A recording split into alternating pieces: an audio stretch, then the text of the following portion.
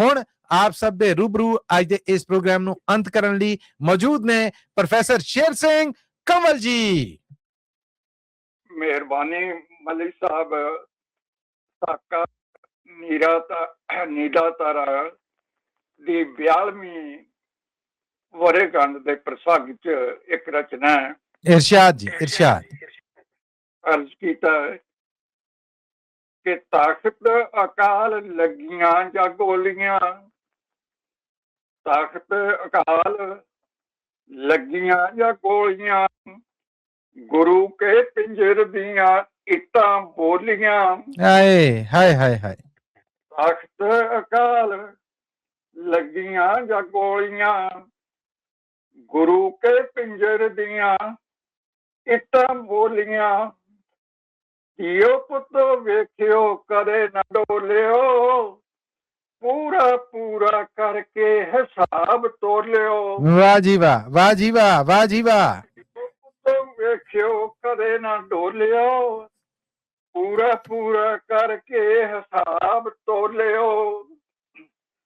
ਜ਼ਾਲਮਾਂ ਦੇ ਅੱਗੇ ਰਹਿਣਾ ਹਿੱਕ ਤਾਣ ਕੇ, ਤਾਣ ਮੈਂ ਨਾ ਝੁਕਣਾ ਨਿਤਾਣੇ ਜਾਣ ਕੇ।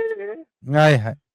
ਕੱਟੇ ਜਾਇਓ ਬੰਦ ਬੰਦ ਸੀ ਨਾ ਬੋਲਿਓ, ਪੂਰਾ ਪੂਰਾ ਕਰਕੇ ਹਿਸਾਬ ਤੋਲਿਓ। ਵਾਹ। ਤੇ ਜ਼ਾਲਮਾਂ ਨੇ ਨੇਜ਼ਿਆਂ ਤੇ ਟੰਗੇ ਸੀਸ ਸੀ, ਕੱਲ ਨੂੰ ਜੇ ਹੋਰ ਕੋਈ ਕਰੇ ਰੀਸ ਵੀ। ਪਰ ਇਤਿਹਾਸ ਨੂੰ ਆਪੇ ਟੋਲਿਓ, ਪੂਰਾ ਪੂਰਾ ਕਰਕੇ ਹਿਸਾਬ ਤੋਲਿਓ। ਤਾਕਤ ਅਕਾਲ ਲੱਗੀਆਂ ਜਾਂ ਗੋਲੀਆਂ, ਗੁਰੂ ਕੇ ਪਿੰਜਰ ਦੀਆਂ ਇੱਟਾਂ ਬੋਲੀਆਂ। ਧੀਓ ਪੁੱਤੋ ਵੇਖਿਓ ਕਦੇ ਨਾ ਡੋਲਿਓ, ਪੂਰਾ ਪੂਰਾ ਕਰਕੇ ਹਿਸਾਬ ਤੋਲਿਓ। ਤੇ ਤੂੰਬਾ ਤੂੰਬਾ ਉੱਡ ਵੀ ਕਦੇ ਨਹੀਂ ਝੁਕਣਾ, ਜ਼ਾਲਮਾਂ ਦੀ ਛਾਤੀ ਉੱਤੇ ਚੜ ਬੁਕਣਾ।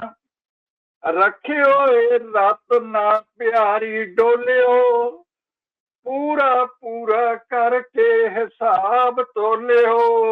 ਵਾਹ।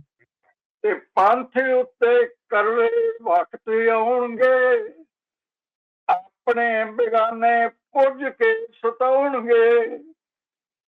ਪੰਥ ਉੱਤੇ ਕਰੜੇ ਵਕਤ ਆਉਣਗੇ, ਆਪਣੇ ਬੇਗਾਨੇ ਪੁੱਜ ਕੇ ਸਤਾਉਣਗੇ। ਪੰਥ ਦੀ ਸ਼ਾਨ ਰੱਖਿਓ ਨਾ ਰੋਲਿਓ, ਪੂਰਾ ਪੂਰਾ ਕਰਕੇ ਹਿਸਾਬ ਤੋਲਿਓ। ਤੇ ਖਾਲਸੇ ਦੇ ਨਾਲ ਜਿਹੜਾ ਮੱਥਾ ਲਾਊਗਾ, ਮਿੱਟੀ ਚ ਮਿਲਾਉਂਦਾ ਮਿੱਟੀ ਮਿਲ ਜਾਊਗਾ। ਤੇ ਜ਼ੁਲਮਾਂ ਦੀ ਰਾਤ ਦਗਣਾ ਹੈ ਟੋਲਿਓ, ਪੂਰਾ ਪੂਰਾ ਕਰਕੇ ਹਿਸਾਬ ਤੋਲਿਓ। ਵਾਹ।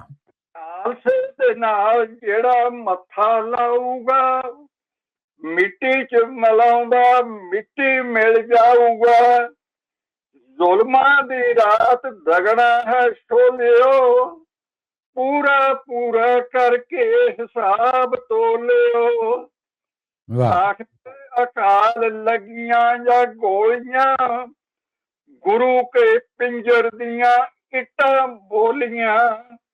ਧੀਓ ਪੁੱਤੋ ਵੇਖਿਓ ਕਦੇ ਨਾ ਡੋਲਿਓ, ਪੂਰਾ ਪੂਰਾ ਕਰਕੇ ਹਿਸਾਬ ਤੋਲਿਓ, ਪੂਰਾ ਪੂਰਾ ਕਰਕੇ ਹਿਸਾਬ ਤੋਲਿਓ।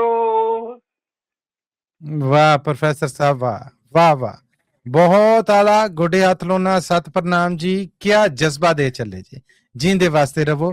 ਥੈਂਕ ਯੂ ਸੋ ਮਚ ਕਿ ਅੱਜ ਦੇ ਪ੍ਰੋਗਰਾਮ ਨੂੰ ਬਹੁਤ ਸੋਹਣੀ ਕਵਿਤਾ ਦੇ ਨਾਲ, ਬਹੁਤ ਸੋਹਣੇ ਅੱਖਰਾਂ ਦੇ ਨਾਲ ਤੁਸੀਂ ਅੰਤ ਕੀਤਾ। ਮਿਹਰਬਾਨੀ ਮਲਿਕ ਸਾਹਿਬ, ਤੁਹਾਡਾ ਵੀ ਬਹੁਤ ਬਹੁਤ ਧੰਨਵਾਦ ਸਿਰ ਮੱਥੇ ਸੋਹਣੀ ਪੇਸ਼ਕਾਰੀ ਵਾਸਤੇ।